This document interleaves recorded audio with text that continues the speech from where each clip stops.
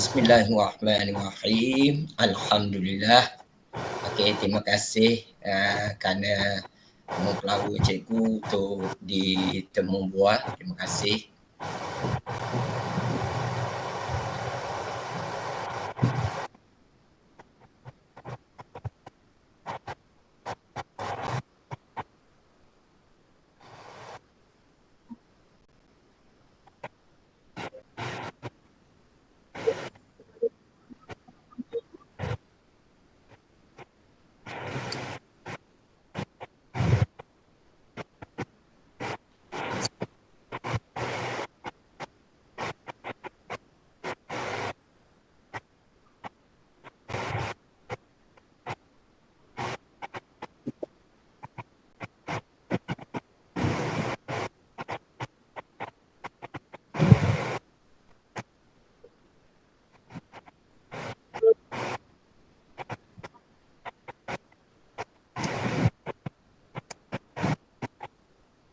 Okey, boleh.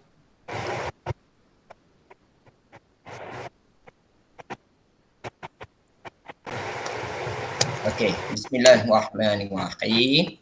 Nama cikgu Mak Zaid bin Man.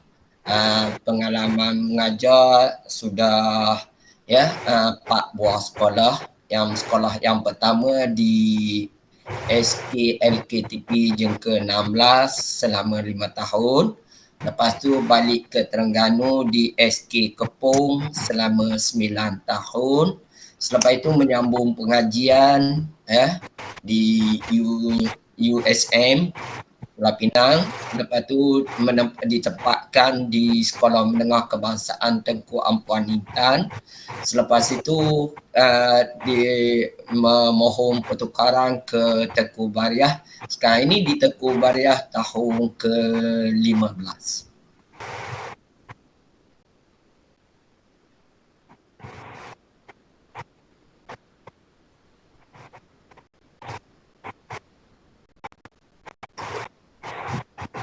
Terima kasih Miss Aisyatul.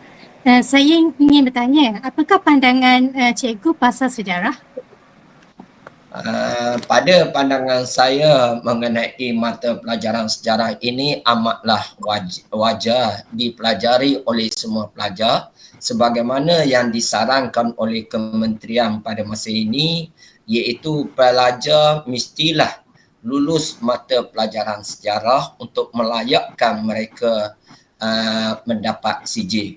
Dengan mempelajari sejarah ini secara tidak langsung akan menanam rasa cinta kepada negara ini, khususnya generasi muda pada masa kini perlu didedahkan, di mana kita katakan sejarah ini adalah kita mempelajari sejarah ini iaitu sejarah masa silam untuk dipelajari, diambil iktibar.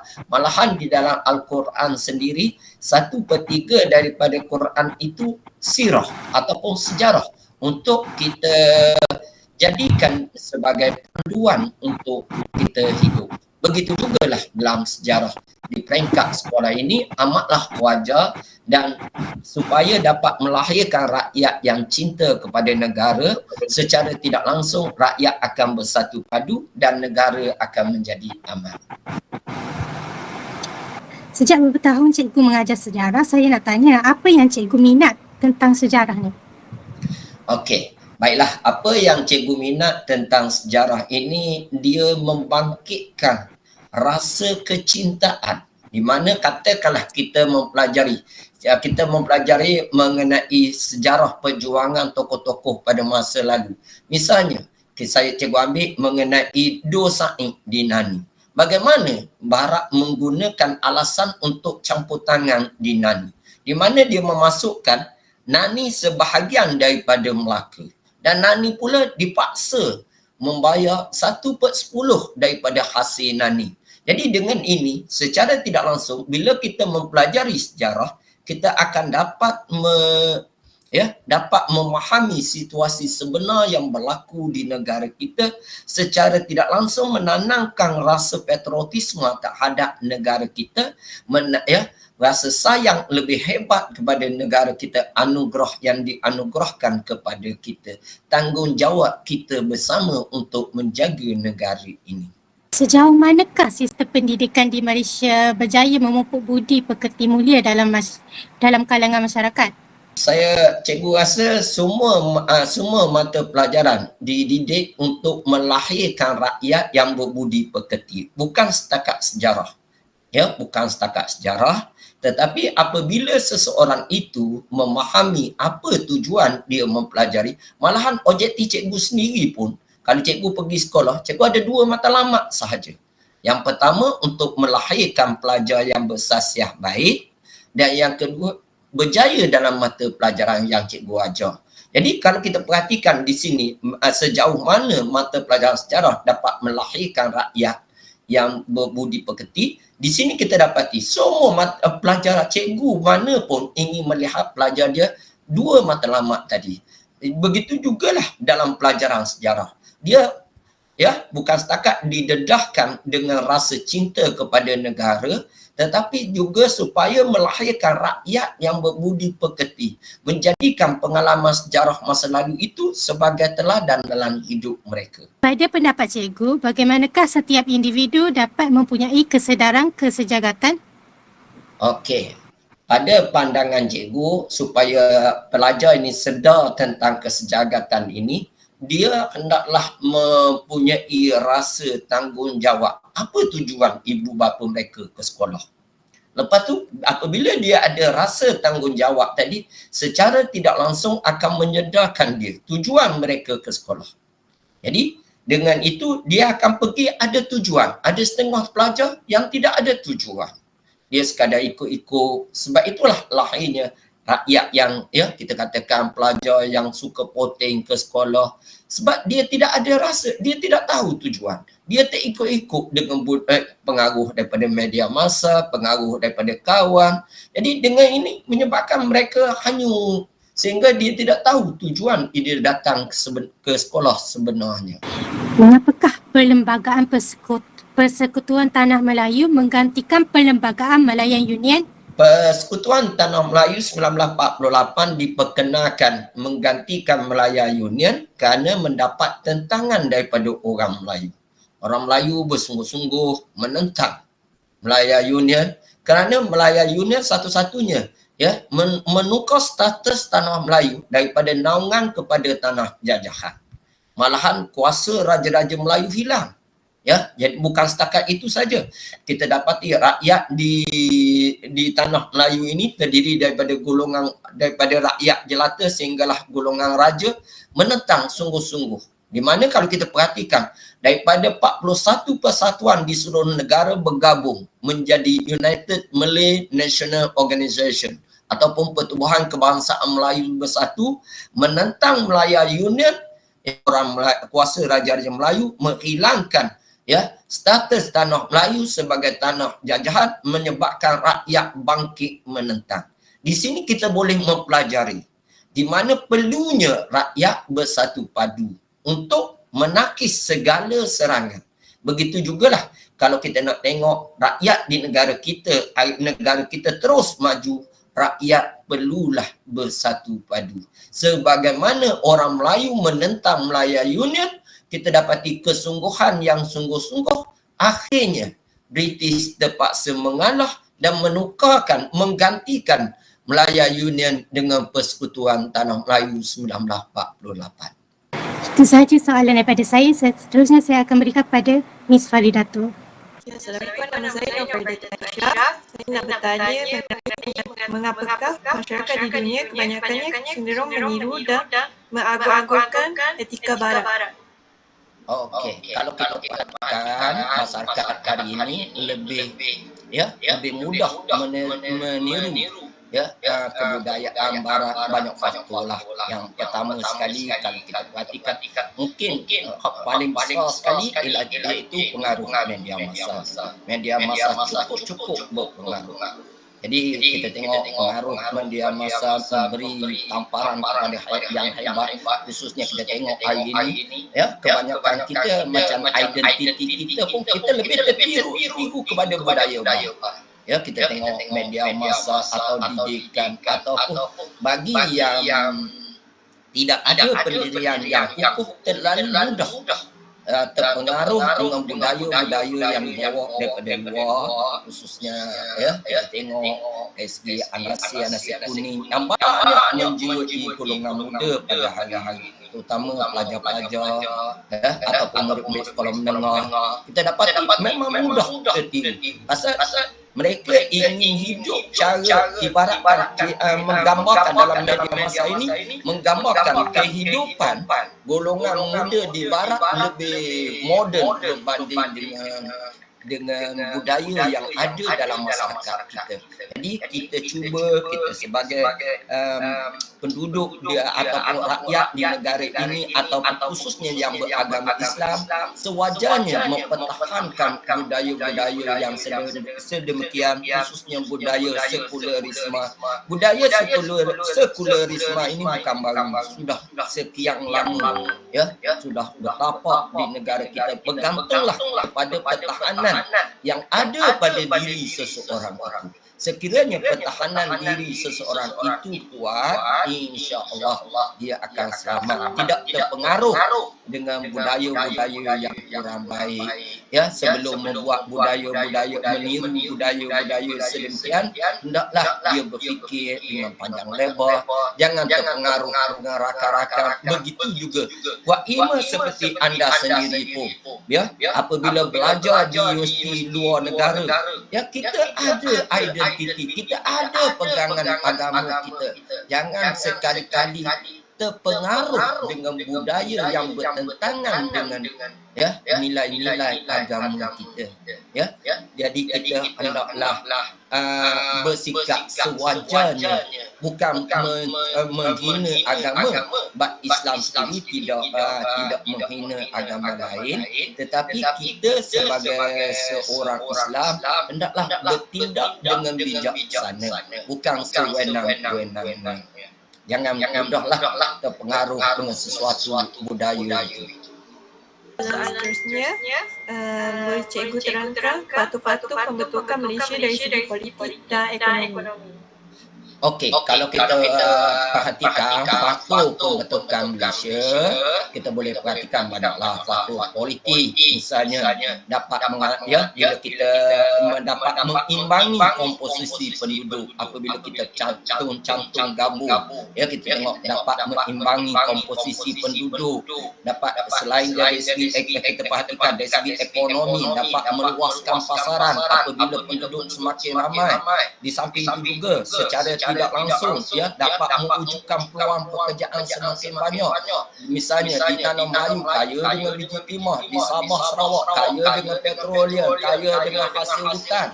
Ya, malahan di Singapura pula ada ya sebuah pelabuhan bebas. Jadi dengan itu dapat mewujudkan ya peluang-peluang. Kita boleh perhatikan. Yang pertama dari segi ya kita tengok dari segi politik, dari segi ya kita tengok komposisi penduduk, malahan daripada ancaman komunis juga, malahan mempercepatkan kemerdekaan bagi negeri-negeri seperti Sabah, Sarawak dan juga Singapura. Malahan dari segi ekonomi kita dapati iaitu dia dapat memperkayakan, dapat memajukan, khususnya kita tengok di Sabah dan Sarawak. Kalau kita perhatikan pada hari ini dia masih dalam keadaan kebelakang berbanding dengan Persekutuan Tanah Melayu. Apabila mencapai kemerdekaan, mempercepatkan kemerdekaan, secara tidak langsung dapat memajukan ekonomi penduduk di Sabah dan Sarawak khususnya. Untuk seterusnya, bagaimanakah pembangunan negara yang tidak seimbang menjejaskan peradaban dan etika terus lestari? Okey, kita tengok dari segi kesan impak daripada kemajuan negara yang tidak seimbang, kita boleh perhati misalnya krisis, walaupun kita tengok krisis 13 Mei ataupun yang paling mudah kita dapati ketidakkeseimbangan ekonomi di antara kaum, antara negeri, antara daerah, dia membawa impak. Ya, dia membawa, kita tengok boleh membawa krisis-krisis tertentu, terutama kalau kita perhatikan di luar negara misalnya. Jadi kerajaan kita cuba mengatasi masalah yang sedemikian. Apabila keadaan wujudnya ketidakkeseimbangan kemajuan. Jadi kalau kita perhatikan satu faktor berlakunya penghijrahan, satu faktor kita tengok penghijrahan. Jadi tinggal di situ masyarakat yang kita dapati golongan tua saja satu impak yang membawa keburukannya kepada suatu tempat. Malahan kita dapati apabila kita tengok kemajuan tidak seimbang juga, terutama di kawasan yang mundur, misalnya dari segi ekonomi, khususnya kalau kita perhatikan sama ada Patah Barat, Patah Timur, antara negeri, antara kaum, dia menimbulkan rasa ketidakpuasaan di kalangan golongan yang tidak mencapai kemajuan tadi. Secara tidak langsung akan menanam bibit-bibit rasa rasa tidak hati terhadap kaum lain. Misalnya kalau kita perhatikan, misalnya dari segi ekonomi sekarang ini di negara kita, ekonomi dikuasai oleh kaum lain. Jadi ini menimbulkan bibit-bibit rasa titik-titik yang membawa kepada ketegangan, boleh membawa kepada ketegangan. Jadi kita dapati kerajaan cuba mengatasi, memberi supaya misalnya pembangunan bersama ada khususnya di negeri-negeri di Semenanjung ataupun di Sabah dan Sarawak agar tidak ketinggalan. Ya, kalau kita perhatikan dari segi sama ada dari segi komunikasi ataupun dari segi kemudahan, kerajaan cuba bangunkan supaya tidak berlaku dari segi ketidakkeseimbangan yang begitu ketat. Kalau dengan ini kita dapati semua kaum di negara ini akan dapat menikmati hasil bumi yang ada di negara kita. Dengan itu tidak akan membawa bibit-bibit rasa perpecahan. Dan kalau kita tidak maulah di negara kita peristiwa yang sama seperti peristiwa 13 Mei berulang, memanglah faktor ekonomi sedikit sebanyak akan memberi impak kepada sesuatu kaum. Okay, untuk soalan seterusnya, pada pendapat cikgu, apakah cabaran yang dihadapi oleh masyarakat untuk mengekalkan perpaduan kaum di Malaysia? Cabaran yang dihadapi oleh masyarakat untuk mewujudkan perpaduan banyak. Yang pertama, kita lebih banyakkan sistem pendidikan. Pendidikan gunakan sekolah kebangsaan. Kita campurkan semua kaum. Dengan ini kita akan mengenali budaya masyarakat Malaysia. Kita campur dari segi pendidikan. Kita campurkan. Dengan ini rakyat akan memahami budaya. Dengan itu dia akan menghormati agama orang lain dan tidak akan ada rasa perkauman. Seperti kalau kita tengok di Sabah dan Sarawak, dari segi perpaduan, tidak kita dapati rasa perpaduan itu lebih kukuh. Begitu juga parti-parti politik jangan cuba mengukitkan isu-isu, terutama yang berkepentingan tertentu, banyak membangkitkan isu-isu yang sensitif. Yang ini bukan saja menggugat perpaduan, tetapi juga kalau kita tengok faktor yang menyebabkan peristiwa 13 Mei berlaku, iaitu ketika kempen pilihan raya, mereka membawa isu-isu yang sensitif. Jadi kalau kita perhatikan, kalau isu-isu ini bukan setakat dalam aspek pendidikan, dalam isu-isu pilihan raya ini kita tengok jangan cuba membangkitkan isu-isu perkauman. Dan kita sewajarnya dalam satu-satu organisasi itu biarlah kita membentuk satu, sama ada dalam bidang pekerjaan dan sebagainya, dianggotai oleh pelbagai kaum. Dengan ini berlakunya interaksi, mereka mengalami kerajaan bersama, mereka dapat memahami budaya kaum lain. Dengan ini sudah pasti akan wujud rasa rasa perpaduan yang jitu di kalangan rakyat, malahan dengan itu ekonomi negara turut berkembang, ya, kestabilan akan berlaku, dengan itu pelabur akan datang, secara tidak langsung akan mewujudkan peluang pekerjaan. Apabila negara aman, pelabur akan datang, itu sudah pasti. Jadi dengan ini dapat mewujudkan negara yang aman, politik yang stabil, ekonomi yang maju. Bagaimanakah perlembagaan mengambil kira kepentingan semua komuniti yang membentuk bangsa dalam negara ini? Okey, terima kasih. Okey, kalau kita perhatikan perlembagaan di negara kita, ya, memberi keadilan. Misalnya dalam perlembagaan negara kita diberi kepada hak istimewa orang Melayu. Ya, walau bagaimanapun dalam kaum-kaum lain tidak diabaikan. Ya, kepentingan istimewa orang Melayu kita jaga. Ya, kita sebagai penduduk asal negara ini. Jadi walaupun begitu kita dapat misalnya kita dapat kaum-kaum lain yang mempunyai hak asasi dalam, ya, kebebasan beragama, kebebasan untuk menguasai ekonomi dan sebagainya. Walaupun begitu kita dapat kita masih ada dalam program perlembagaan negara kita beri keistimewaan kepada kaum Bumi Putra. Walaupun begitu kita tidak mengabaikan kaum lain dalam peruntukan untuk kita kata bersama-sama meningkat majukan supaya sama-sama rakyat Malaysia terdiri daripada kaum Melayu, Cina dan India menuju kepada satu matlamat. Walaupun diberi hak istimewa itu, tetapi kaum lain kita tidak abaikan sama sekali. Sama ada kita tengok dari segi peluang pendidikan, dari segi peluang pekerjaan, kita buka. Jadi dengan ini sudah pasti dapat mewujudkan sebuah negara yang aman. Peruntukan dalam perlembagaan itu hanya sebahagian saja kita perhatikan untuk mewujudkan.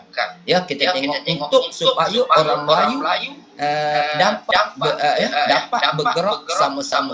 Kalau kita perhatikan sejak dulu pun, kalau kita perhatikan ekonomi tradisional ini dikuasai oleh orang Melayu.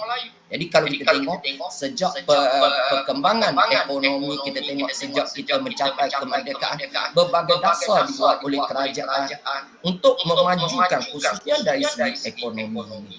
Ya, kalau kita perhatikan misalnya DED, DPN, ya, kalau kita perhatikan untuk memajukan orang Melayu dan kita tidak mengabaikan kaum lain. Ya, kita tengok setiap kaum mempunyai hak dalam bidang tertentu. Dalam sebahagian kecil saja hak istimewa yang diberikan kepada orang Melayu supaya dia dapat berdiri bersama-sama dengan kaum lain. Baiklah, banyak ilmu dengan pengetahuan yang kita dapat daripada Cikgu Zaid. Sekian saja temu bual kita pada hari ini.